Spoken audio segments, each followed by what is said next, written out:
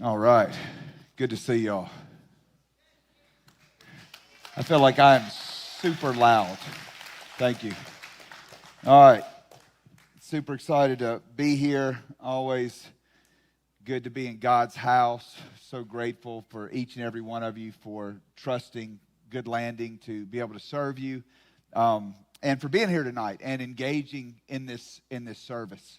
One of the big reasons that we do it, there's many reasons why we do it, and the reason why we have it placed on Friday nights, I've talked with you guys about that, is not to be a broken record, but it's so transient, and in the sense of there's so many new people coming in every week. Probably since the last time that I was up here and I spoke to you guys, there's probably a good 100 plus people that are new that are coming in here, and then some of you that are new probably are just getting the fog out of your brain enough where you can pay attention by the second or third week that you actually get here. So I will say a lot of the same things over and over again, and the reason.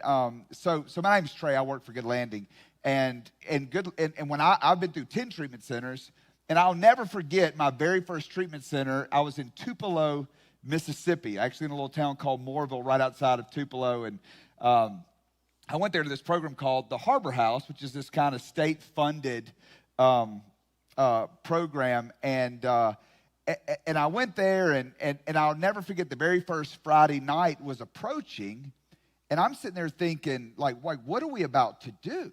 What do you do on like a Friday night sober? I was kind of in this institution, felt way more institutionalized than the way this program is set up. And when we are partiers, if you will, and we are hardwired, that Friday nights and Saturday nights is when the thing just absolutely comes off the wheels. Was a strange thing, and what we did back then is I became very proficient in dominoes and spades. I didn't know anything about those two games, and by the end of my rehab stint, I had both a PhD in dominoes and spades. And so what we do, if you get a PhD in dominoes and spades while you're here, whatever, but I want to make sure that you guys get reintroduced or introduced to the very first time to a God who loves you and cares about you.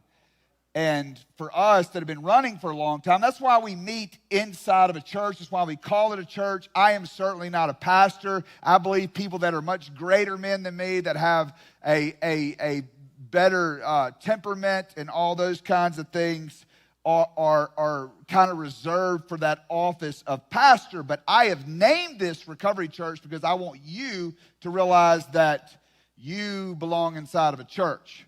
Okay, and that it's not actually going to burn down if you do walk in the church, okay? And all these other things that we tell ourselves, and that's actually what we're going to be talking about tonight. We're going to talk about one of my favorite stories out of Luke chapter 15, and it's called The Prodigal Son, and I will jump into that in just a little bit. It's a story that because God gets all these like bad raps, and I think part of it are these lies that society's got all types of lies. Like, you get one life, do what you want to do. If it feels good, do it. If it's your life, do whatever. And and there's some times where maybe a truth like that can apply, but more oftentimes than not, if it feels good, do it, gets you in a whole lot more trouble than self-discipline. Self-discipline doesn't feel good. It is denying what feels good right now for a later payoff versus doing what feels good right now that is going to cause you to pay severely later on.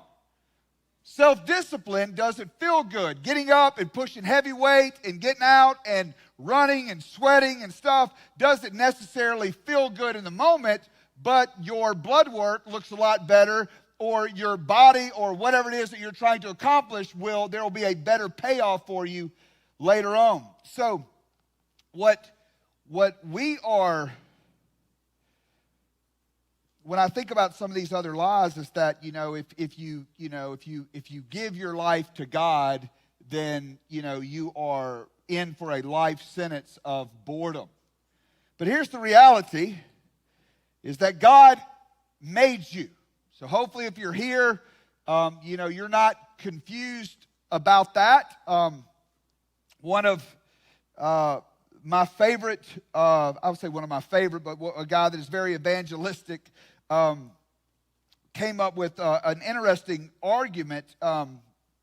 Ray Comfort, Kirk Cameron, there's some guys that had this ministry, and a lot of times we're just saying like, where's the proof? You know what I'm saying? Where's the proof? I can't see God. I don't feel Him. But the reality is that if I had the painting of the Mona Lisa up here, the fact that there is a painting proves that there's a painter. Even if you never met the artist, you can look at the picture, you can look at the portrait and realize that, it would be crazy if I just said, hey, this phone right here was just a black rock, and that somehow in this cosmic boom that all of these parts came together, and then some glass fell out of the sky, and then some paint fell on it, and then boom, iPhone 16. You'd be like, Trey, bro, don't insult me by saying something that crazy. Well, the idea that creation is the proof that there is a creator. Okay? So don't act like, hey, there's no proof, I can't see Him. The picture is the proof that there is an artist. There's a painting is the proof there's an artist. The fact that there is a building here proves that there was a builder, though you have never met the builder of Free Chapel. You have never met the person, you have never met the general contractor who built this building, but the fact that there is one here and that it is approved with the fire code and a CO in Gwinnett County proves that in fact there was a general contractor. So the fact that you are sitting here breathing in your seat is proof that there is a creator. Proof that there is a God that made us. So we get these lies that say like, man, if you give your life to God, then it's a life sentence to boredom. Look, man, I was about the life, okay? I loved every bit of it. I loved, there's all different varieties of addicts in the room, okay? Some of y'all, IV, been to prison 17 times. It just wasn't anything. There was no guardrail, no nothing. Then there were some of y'all that were super secretive. You came in here CEO. You made all kinds of money last year. You did it by the book, but you couldn't stop drinking your 4 bottles of wine at night. And there's you. You know what I'm saying? And then there's everybody in between. And there's some of y'all that would flirt the line, but you typically got away with it. You had some type of guardrails on the inside and whatever. And there's all the different stuff, right? But whatever it was, that's what got us here. And so, we began to look at these ideas, or I should back up and just say that whatever, however hard you hit the gas, if you will, in your life, the deal is like we're about having fun. We don't mind losing control. I hear somebody be like, I drank one time and I lost control and it made me feel so uncomfortable. I'm like, I lived for that. I wanted the anxiety. I wanted to lose complete control. I was even happy until I had no restraint left. And that's why most of us just drank to just get that off of us. And then we realized that whenever we live like that, man, it was a lie. But everybody tells us, man, it's your life, man. Go do what you want to do. You're 30 years old. Who's going to tell you can't have a drink? Until you watch what that leads to every single time. But here's the truth, okay? I've got vehicles, and God forbid if the check engine light should ever come on in one of my vehicles, but if it should come on in one of my vehicles, who do you think I'm going to take it to? You think if one of the check engine lights goes off that I'm going to, pull up to Chick-fil-A or McDonald's and let them know about it? No, I want a certified master technician that can pull codes, that can read that and tell me exactly what's wrong with my vehicle so they can diagnose it and then fix whatever it is on it so that I can get that thing back on the road. But for us, God says in James that if any man, any woman lacks wisdom, to ask of God and he will give it to you liberally. But what we end up doing is we run around and ask all our knuckleheaded buddies. You know, I mean, like, I'll just go because it's comfortable. I want to go back to somebody that I'm comfortable with and say, hey, what do you think that I ought to do with this? Well, you ought to drink more. We ought to go get a bag of dope. We ought to go do this. We ought to go do that. And in turn, it's taking us further and further when God says, I'm the one that manufactured. He's the certified master technician. He is the one that engineered you, that built you, that created you. Why would we think that the one that created us knows the fuel that we need to run off of? Not your dang redneck buddy that's manufacturing methamphetamines, okay? That's the wrong fuel. Might feel good for a minute, but it won't be too long before you're seeing stuff that ain't there. And you're running from stuff that is not there. A bartender was giving you the wrong fuel. Messing your whole life up. Led to disaster after disaster after disaster. Those are lies that we are told, and what tonight is all about is realignment. To say, man, I've been going to the wrong mechanic. I've been listening to the wrong voices. I've been listening to the wrong person. It's advice that feels good. You know, I hear people talk about stuff all the time. It feels good. You know, things that are tweetable. You know, I watch people on social media, and I'll see stuff on leadership, and I'm like, man, no real leader wrote that, you know. I want to be so close together that nobody knows who the leader is. You know who wrote that? Some disgruntled punk that's mad that they weren't the leader. I'm just telling you, that's what that is. I don't know in what type of world that you don't understand, like, you know what I'm saying, who the manager is or who the leader is or like, you know, I mean, it's just, I get what they're trying to say and it feels so good, but in like, what? I mean, somebody's got to have accountability. Somebody's got to, you know, has got to be able to hold the responsibility of that. It's just, do you understand that? You got to challenge and think about stuff and just realize, like, if nothing else, I'm just here to say, hey, it's okay to use your brain again. Just think about some of the stuff that's been given to you.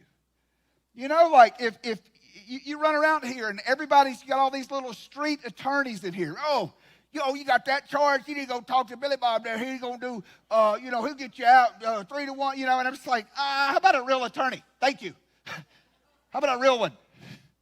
I'm not going to build my life on what, Leroy from the block just told me about probation. Thank you. Shut up. I don't care what, so-and-so said about how I need to go start a company. I want somebody that understands that to go draft my articles of incorporation, to go pull my tax ID number, to draft me a set of bylaws, and to file the appropriate tax status. So that if the IRS should come or anybody else should come, that it's in compliance. I don't want to go build something that is important on a faulty foundation. And that's what tonight is. It's about pushing back on all of the junk that you've been believing that obviously landed you in this place, to realize it's okay to use this thing up here and to have faith and to start to push out some of those codes that we've been living by that have been landing you in here. It's just like,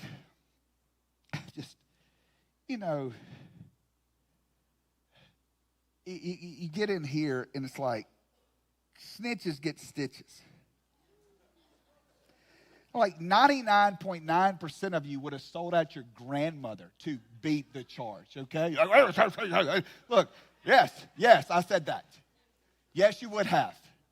Yes, you would have. But all of a sudden in here, snitches get stitches. You know what I'm saying? Like it makes you feel some type of way. You know what I'm saying? But when that real charge is really coming down, most of you sold out your stinking best friend. I would have.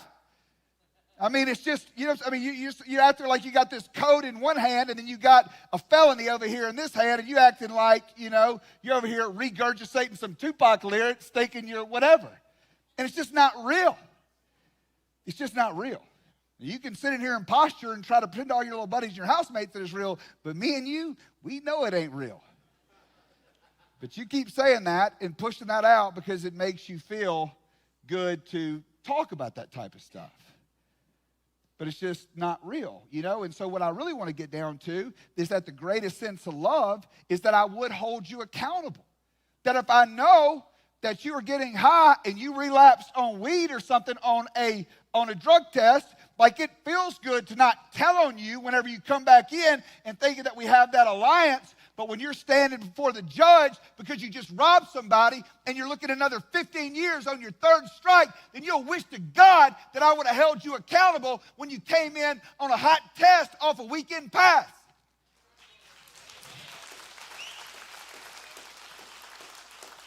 Even if you would have been mad at me, even if I would have had enough backbone to say, hey man, we're not doing that here. I would much rather you get your cell phone taken than your life locked up in a cage for 15 years. That's a paradigm shift, a perspective shift, and you can build on that. Stitches get stitches is nonsense. It's absolute nonsense. And the only reason that you know what I mean, you just, I don't even know what. It's just some type of weird manipulation tactic. It wasn't real in the streets. It's not, dude. Dude, I would love right now to be like, everybody here that set somebody up, you know what I'm saying, and just the spotlight to come on you. I am telling you, dude, it'd be some gangsters exposed up in here. So anyway, what are we talking about? Prodigal son? Prodigal son. We'll talk about that. So stop.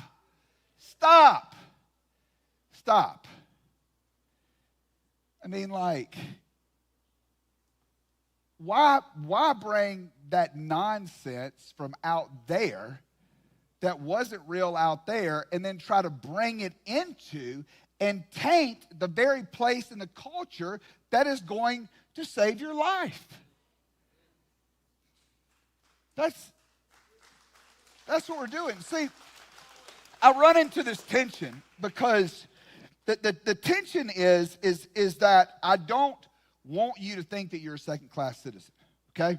I don't want you to think because you're a drug addict, you're an alcoholic, you struggle with that or whatever it might be, that somehow that you should, you know, have some kind of handicap in life where you can't participate in your own life, or that you're always got this victim mentality. I'm an addict, or I'm this, I'm that, I can't do that, you know, whatever. I want you, I don't care what's still on the table. It doesn't matter to me. You're going to be a doctor, lawyer, business owner, you know, whatever. I mean, they got... I want to build into you the idea that nothing is impossible for your life. Beating the drugs and the alcohol is the most elementary step of the process.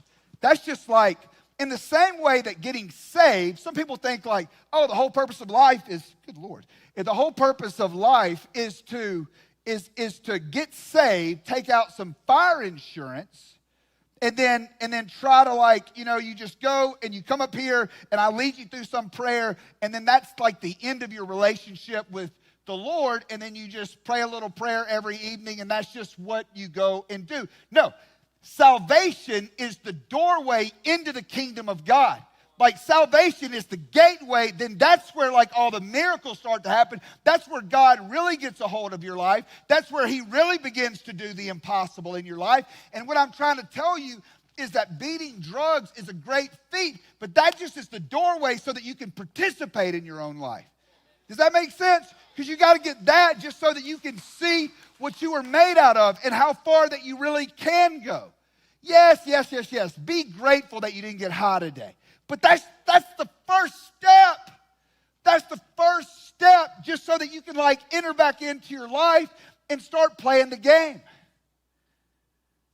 It's not like nobody's cheering for me, you know, when I come home and I didn't get high. Like, we're celebrating that stuff, and it is a big deal. But, like, anyway.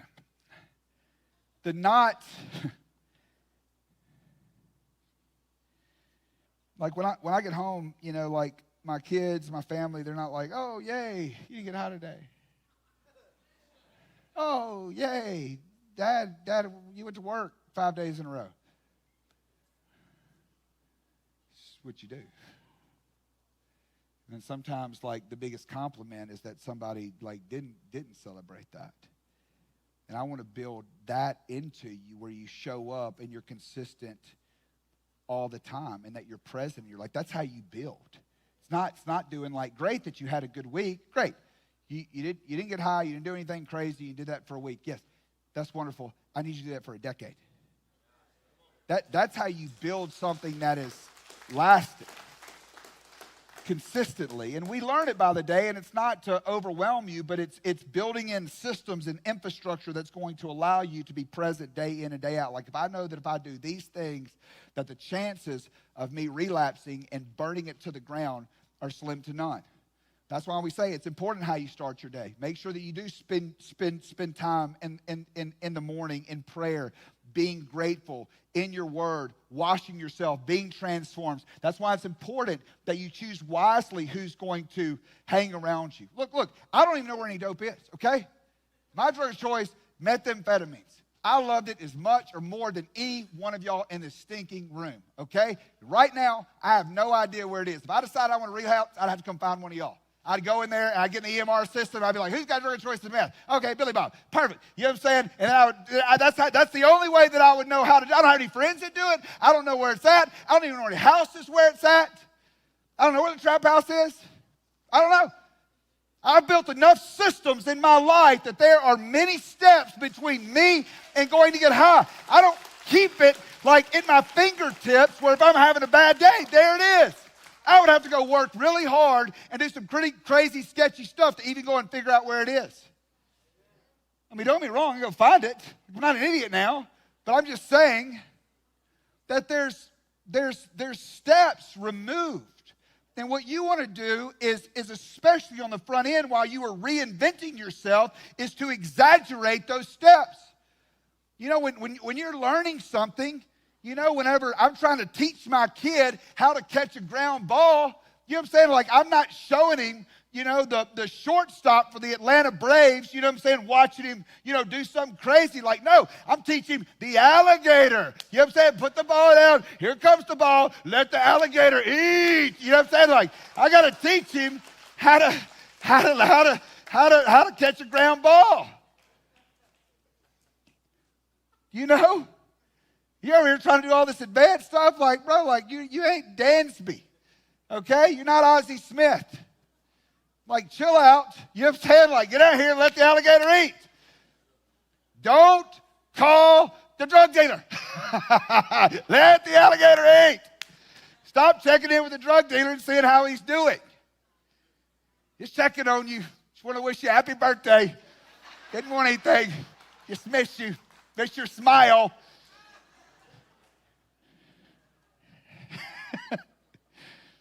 Want to see if anybody gotten busted lately.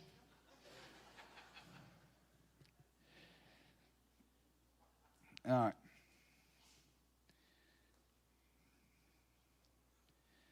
So Luke 15, then all the tax collectors and the sinners drew near to him, to Jesus, to hear him. That's unreal right there. So we hear that God is boring. And I don't know how that happened. I don't know if the church ruined that. I don't really know what happened, or the world has just been able to lie to us.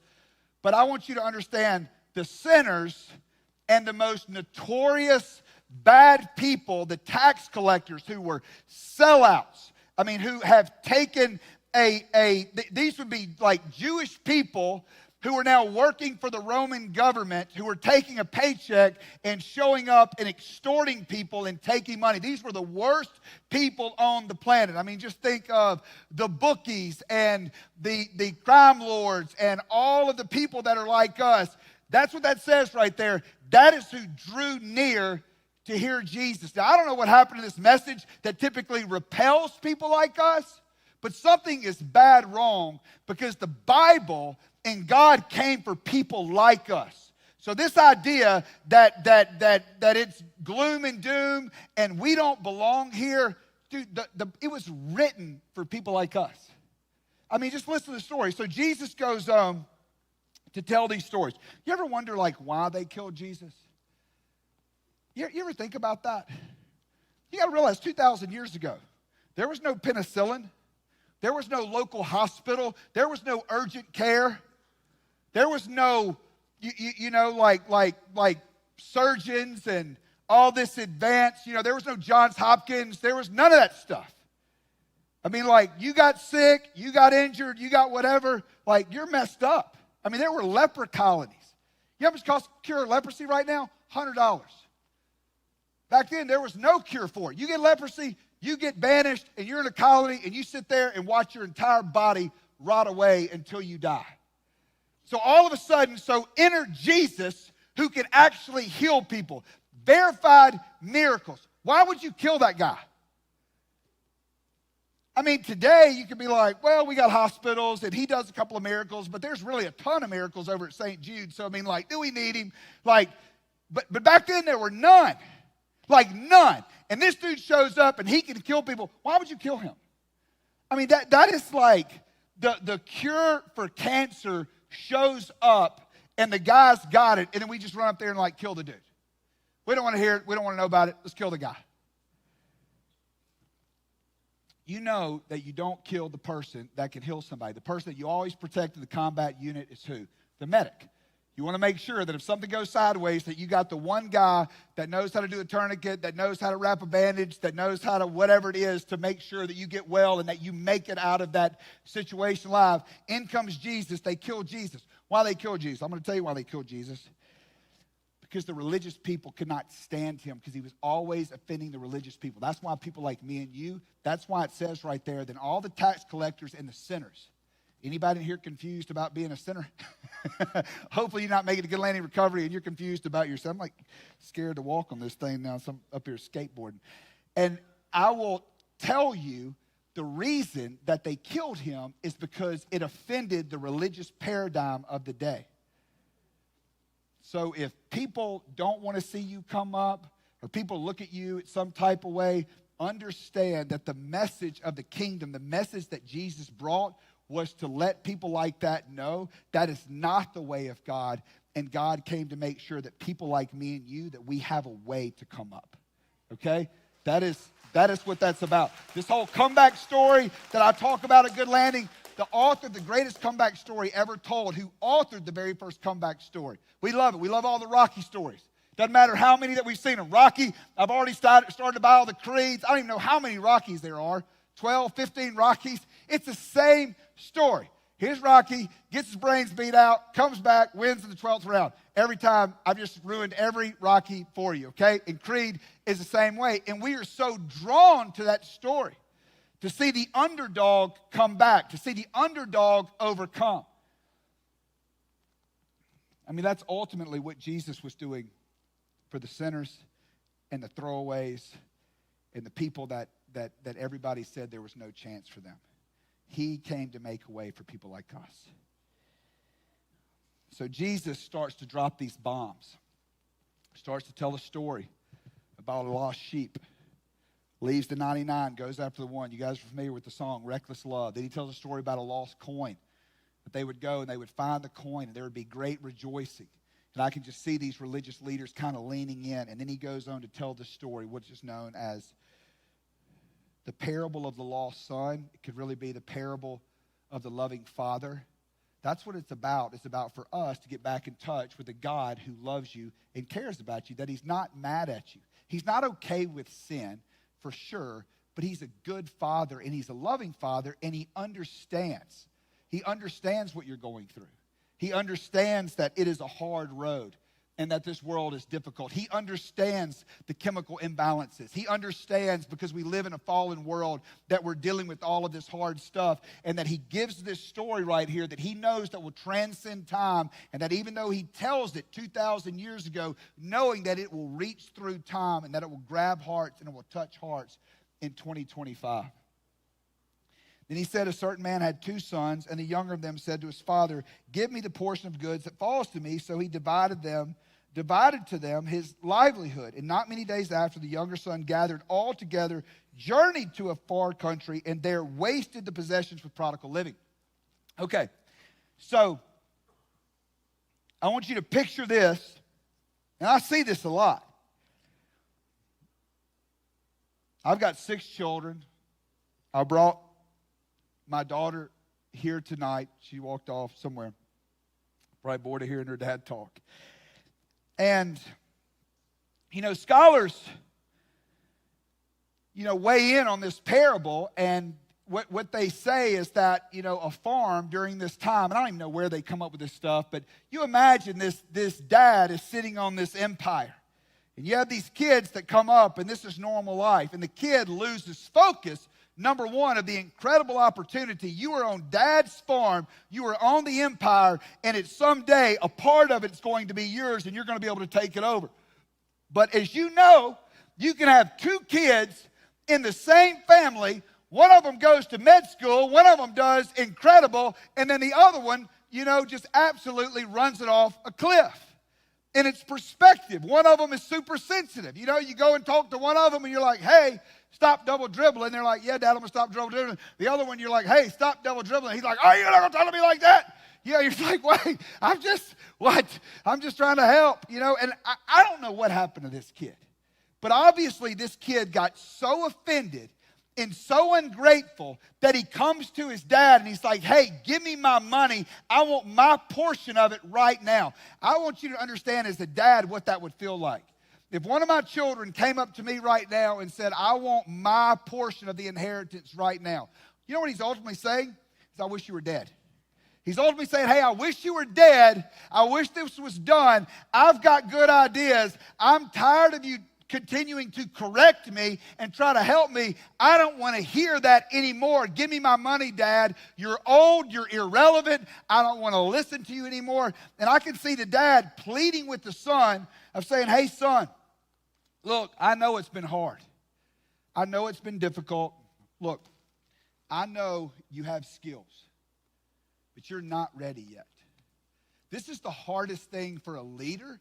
It's the hardest thing for a dad. As a leader, a lot of times, I will correct people that work for me. I have to correct them. It is not easy. It is not fun.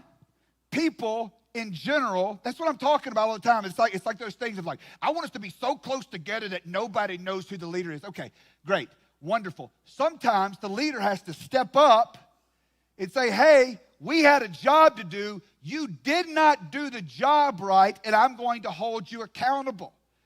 Now, I wish that everybody had perfect HR training. That's how we love for correction to come. You give 2 compliments, and then you give the correction, and then you give 2 more compliments. Compliment sandwich. Well, great and wonderful if that always comes to you that way. Typically, it doesn't. It's the heat of the battle. And we understand all this stuff in sports, don't we? You have a basketball coach in high school or a football coach, out there, just some guy trying to win a game that doesn't mean anything, and they can talk to you tough, and it's like you understand it, but then we'll get in the work environment, and people's lives are on the line and all this other stuff. Look, man, people are going to talk to you not perfectly all the time. And guess what? You're going to do that to other people too. And in the same way, you're going to want grace. I'm going to want grace, and your boss is going to want grace. So stop walking around so offended that every time something doesn't go your way, and it's toxic. That's another thing that's so popular right now. They're toxic. They're so toxic.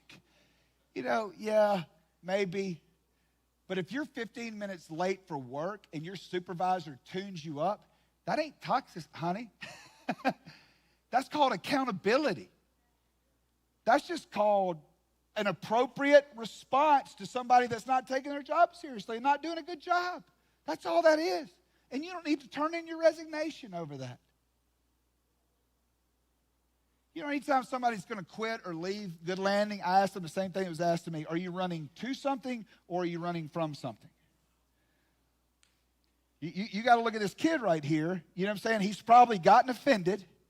Somewhere along the way, he got offended. Something got in his head. One of his buddies, oh, your dad, you need to get that money and go do this. And he got offended and didn't want to listen to his dad anymore and came to his dad over and over and over again and said, give my money, give my money, give my money. And I'm sure his dad tried to reason with him until he could not reason with him any longer and finally said, okay. I don't know why the dad did that, But sometimes you just got to let somebody go. Sometimes you just got to say, and it's hard. It is hard as a leader, whenever I've got a client in here, and I'm saying like, hey, you went out and you slipped up on a weekend. It's not the end of the world, but you've got to turn in your phone. You're not in trouble. That's not why I'm not taking your phone because you're in trouble. I'm taking your phone because right now you're not in the frame of mind that you're going to make a good decision with that phone. Does that make sense? That's just to save your life. That's all that is. It's not mean, it's not punitive, but it's also to protect you, but it's also to protect the community. What am I supposed to say to that mom? If I'm like, oh yeah, I'll let Billy Bob keep his phone. He had relapsed and then and then didn't make a good decision because I let him keep his phone and he decided to have fentanyl delivered to the apartment. Sorry that your son did some and died. What am I supposed to do? Let you have your stinking phone? Well, I get my phone, I'm leaving. Well, leave then, bro. It's hard. It is hard. It is hard to let somebody walk out. They walk out in pride, and then you're just thinking like, dude, the world is getting ready to have to teach you a lesson. The enemy's going to have to teach you a lesson until it beats you into a state of reasonableness. And maybe if you make it back, then maybe next time you'll come back with some humility. And then maybe you'll start listening to some of these talks. And maybe next time I won't be getting on your nerves. Maybe next time you'll be sitting out there in that audience, instead of rolling your eyes and wondering when this thing's going to be over, that now you start leaning in and thinking like, I need people prepared differently for war than they do for peace. And when you know this monster's going to be there waiting on you, then you'll start to lean in and you'll start to listen to these words instead of being like, I got it all figured out. When you find yourself in a cynical, condescending place with the things of God, know that you are in a very, very dangerous place. Okay? So the kid goes on. I'll just kind of summarize the rest of the story. Kid goes on. You know what happens. Gets the money, goes out. You know how it is. You got a pocket full of money. You're on top of the world. Everybody loves you. You got all the drugs, got all the stuff, the parties, everything's good. And then all of a sudden, starts to make some bad decisions. Starts to make some bad investments. Realizes that all these great ideas that he was going to go out and sell drugs, and he happened to like the drugs and started to smoke up all the profit, right? And then all of a sudden there was no more money left. All of a sudden some of these business deals and his old man who he thought was so stupid, and now he finds himself face down out in the dirt. And it says, and the young man came to himself. It said he came to himself. And when he came to himself, he said, even the hired servants in my dad's home are living better than me. That's humility. That's humility. He was so broken. He had been beaten up so bad and had the appropriate response. He was saying, hey, being a son, I know that's off the table. Maybe I can go back and be a servant. What's so shocking to me is that whenever you watch people that'll come through here and it's the entitlement. It's like, man, you come through the doors, they bring you up there in shackles, you get your first phone call, and you're calling your mom and blessing her out because she didn't have your cigarettes to you on time. I'm just like, what in the world? The fact that that lady answers your phone, you ought to be on your knees praising God. Not beating them up and where's this and where's that and you did this to me and all this other stuff. That's entitlement. I mean, I've got 11 years clean. It's still shocking to me that my dad interacts with me. Still, to this day, after everything that I took him through, it is still shocking to me that he wants to have anything to do with it. Because I'm telling you what, I mean, I understand it more like as a dad now and stuff, but I will say that if anybody did a fraction to me of what I did to him, I probably wouldn't want to have anything to do with him ever again. So you need to realize that while you're here, that God resists the proud but gives grace to the humble. He resists the proud. You show up prideful, God's going to resist you. You show up humble, God gives grace to the humble. God makes a way for the humble. I want to do it God's way. There's a song out right now, Forrest Frank, Your Way's Better. It's got the little dance to it, all the little stuff or whatever, little whatever thing that's going around right there. God, your way is better. His way is better. Trey's way gets me in a lot of trouble. God's way is better. It is significantly better. It's not always the funnest way, doesn't always feel the best to the flesh. God's way is always better. Kid starts to come home. He's out there, he's with the pigs, realizes that it's better in his father's house, and decides that he is going to come home. The father sees him from a long way off. You know what's really interesting about Hebrew culture is that if somebody would have seen the kid first in the village, ran to the kid, beat the dad to the kid, taken a clay pot and then broke it and busted it in front of this kid, then the kid would have been no longer able to come back into the village. The dad, it was uncommon for a Hebrew man, for the patriarch of the family to run. So if you can imagine this guy in his robe, picks up his robe so he can run completely undignified and sprints to his son before anybody else could get to him, and covers his son and weeps and cries and kisses his son. Imagine what his kid looked like. He probably didn't look like that prideful beast of a man that left in a rage that day. The drugs and the women and the lifestyle and all that had beat him up and had taken everything from him. There was a resemblance of a man, a resemblance of a son. Looked like probably some of y'all walking through these doors when you were stumbling in and couldn't make a coherent sentence. And your parents could say, man, that resembles my daughter, that resembles my son, but I mean, that's about it. And the dad sees this kid and goes and he covers him. And the son is trying to come up with his excuse. Is trying to say, hey, Dad, I know that I can't. And the dad's like, look, man, you're my son. You always were my son. I see your brokenness. I love you, and I'm going to restore you. Jesus is telling this story, not to just tell a story about a broken son, but the Father in the story, Jesus came to reveal the Father. That is how the Father sees you. That is how the Father sees me. That he sees you there tonight and sees your heart, and you're saying, I want God, and God sees that, and God is drawn to that. He is drawn to that humility. He is drawn to that love. He is drawn to that brokenness. It says that he draws near to the brokenhearted.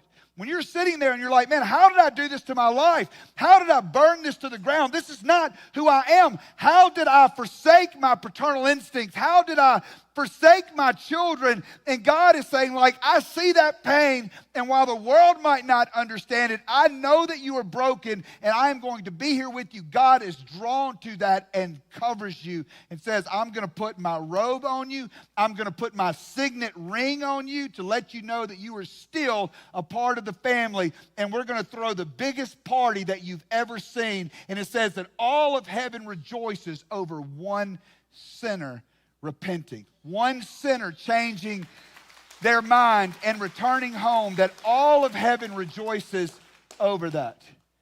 No matter how bad that you've burned it to the ground, no matter if your parents don't want to take your phone calls right now, no matter if you're not going to be invited home for the holidays this season. You know, I think about Stacy's story. I think about, you know, as she tells it, about how she so longed for the restoration between her and her son.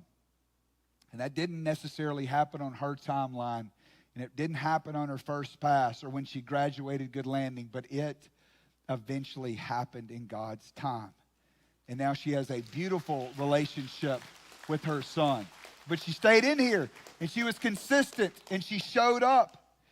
I know so many of you right now are thinking, man, you feel this. You come out of this lifestyle you've been living, you know, and you start to sober up and you're feeling all the emotion. You're like, man, my kids need me, man. My mom needs me. My family needs me. And like, yes, they do, but they don't need you in the state that you're in. They need you in a state where you can actually show up and be helpful.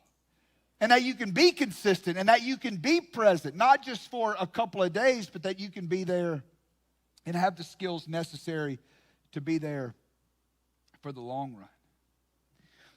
And so the father runs, he throws a party, and you know, and here's the other side, man. There's an older brother that didn't leave, that didn't do anything wrong. And he becomes offended by this.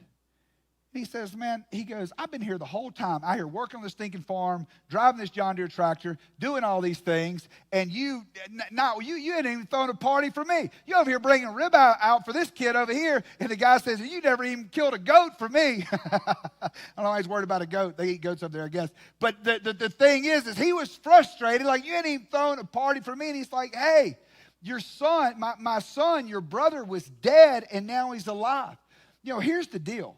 Like right now, most of us kind of resonate with the prodigal son. Like that's where we're at. But if you're not careful, it's easy for the pendulum to swing and you find yourself as the older brother. You find yourself getting frustrated. Why is he getting promoted? Why is she getting promoted? Why is that happening for her? The point is for us to stay in our lane. That is the point, for you to stay in your lane. When you start getting outside your lane, that's when you start tripping over people. Why are they getting this or why are they getting that? God has a race for you to run, and you need to stay in your lane. That's something trendy that people say all the time. There's a lot of truth to that. Stay in your lane. Stay in your lane. Run the race that God has for you. Don't worry about all of that. I don't know. I don't know what God's going to do with you. Some of y'all, he might be able to call you to be the next billionaire that's going to pour more money back into the kingdom and fund more missionaries. And then some of you, he might call to go to Zimbabwe and preach the gospel and live off beans and rice and Jesus Christ. I don't know.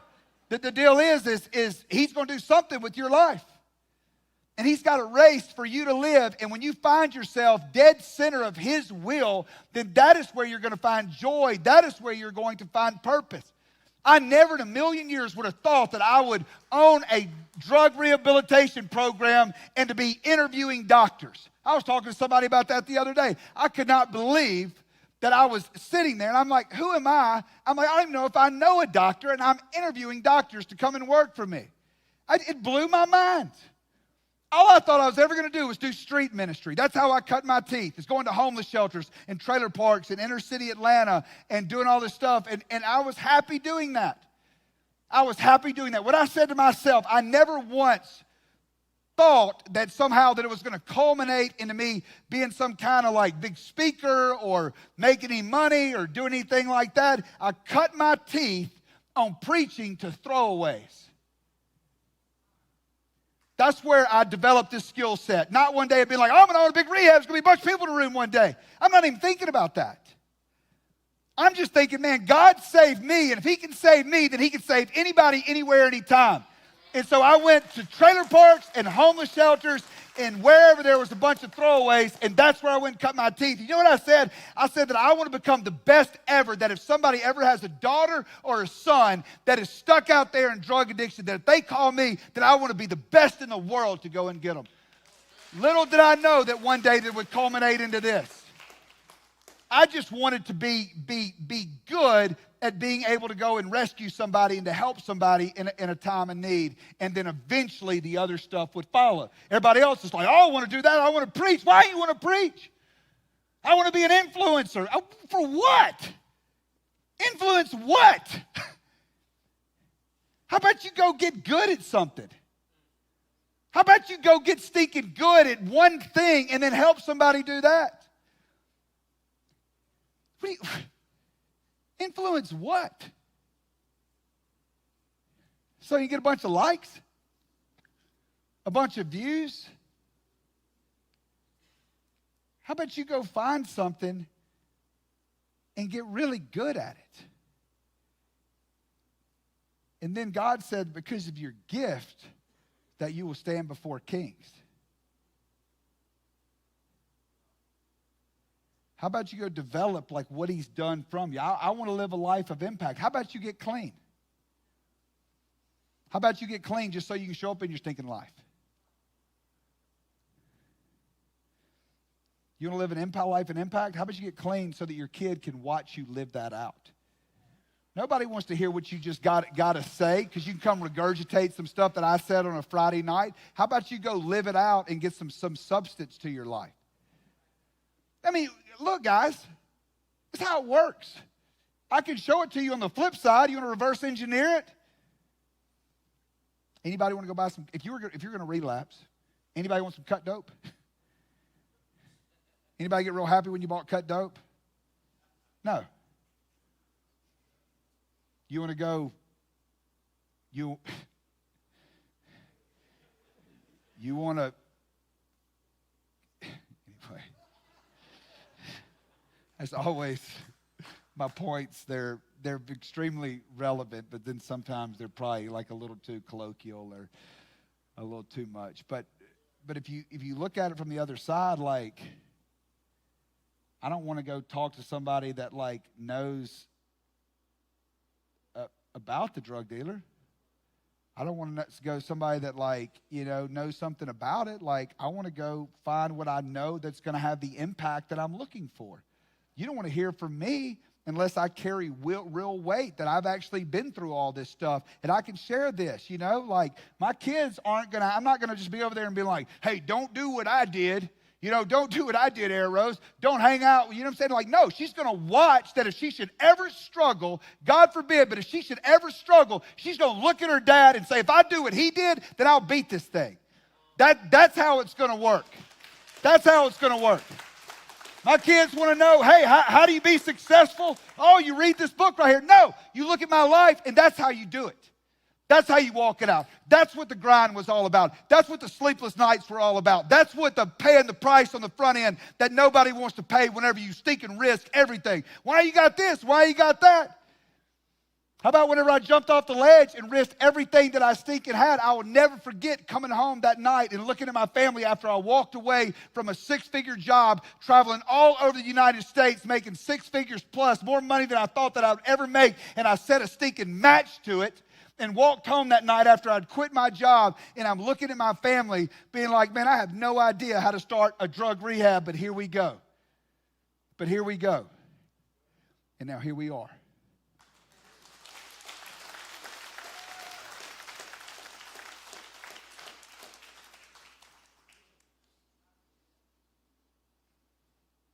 It's all in. It's the only way I know. It's the only way this thing works. It is all in. I could have kept my foot back in that other job. Eventually that job would come back and offer me hundreds of thousands of dollars in equity and everything else. Everything else, even more. And I just said, no, I'm all in. I'm all in at this point. You can keep your foot over there, and I'm telling you, if I would have played both sides and been like, oh, I want the benefits, and I need my health care, and I need all this other, no. At some point that I had to say that if this thing is going to work, that I've got to go all in and have my back against the wall and realize that there ain't but one way, and that is forward, and I don't get to play between both things anymore, and that it forced me into a place of saying, hey, I have got to figure this thing out. And you keep going back over here and being like, well, maybe I'll just still hang out with them a little bit. The more that you oscillate between those two worlds, you're always going to fall off on the wrong side. And then you're going to look up one day and realize, man, there is no life that I'm proud of because you kept playing on both sides of the fence. Jesus even said it. I wish that you were hot or cold, but because you are lukewarm, I will vomit you. I will spew you out of my mouth. I didn't make that up. Well, that didn't sound good, Trey. I don't like that in BBS Bible School Bible verse. Well, that's what he said. You got to do something with that verse. Because you play both sides of the fence. Because you are operating in the lukewarm that you never find what it means to really live. Stop playing both sides of the fence. Stop operating in the lukewarm. I would rather you be hot or cold. Stop pretending. Stop pretending. That's the secret. That's the secret that every one of y'all are looking for right now. And what you're going to find out is you're going to be absolutely miserable until you pick a side.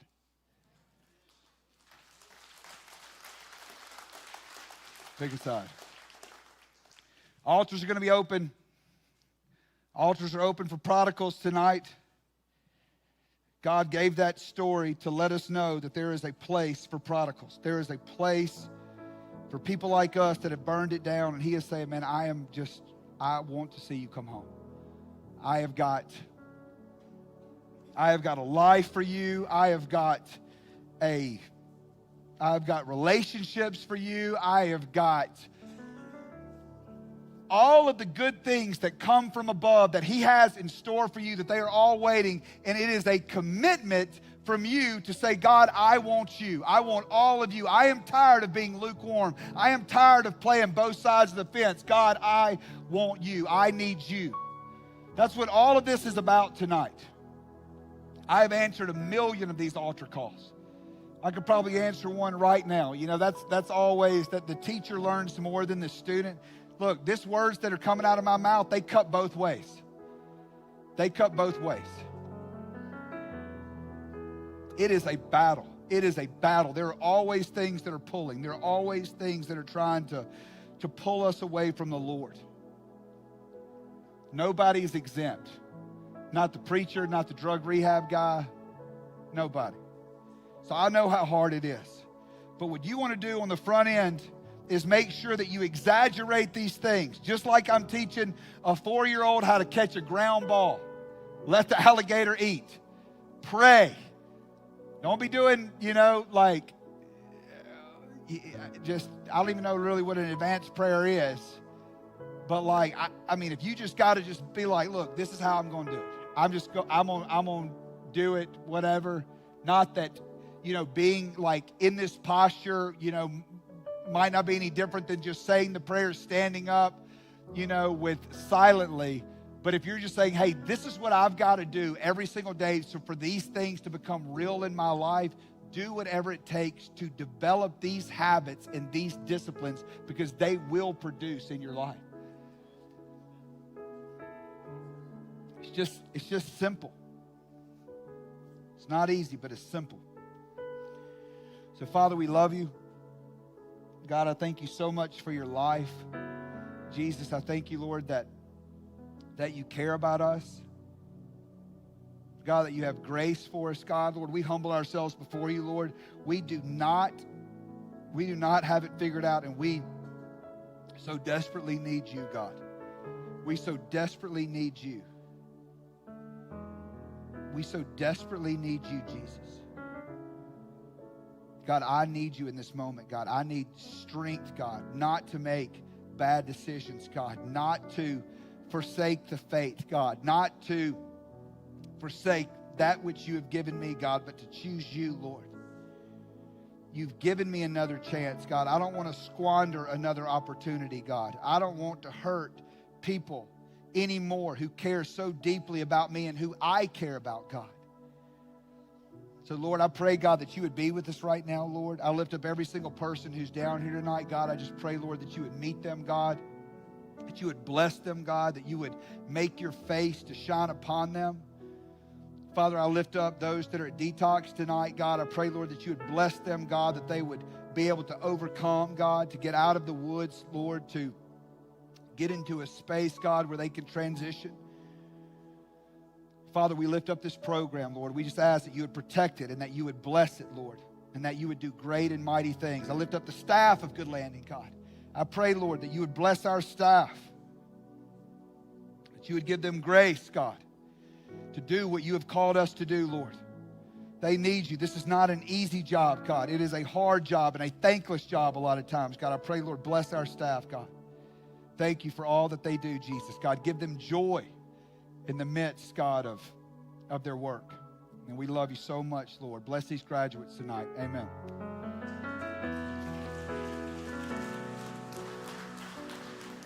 Amen. Thank you, Trey. As always, powerful.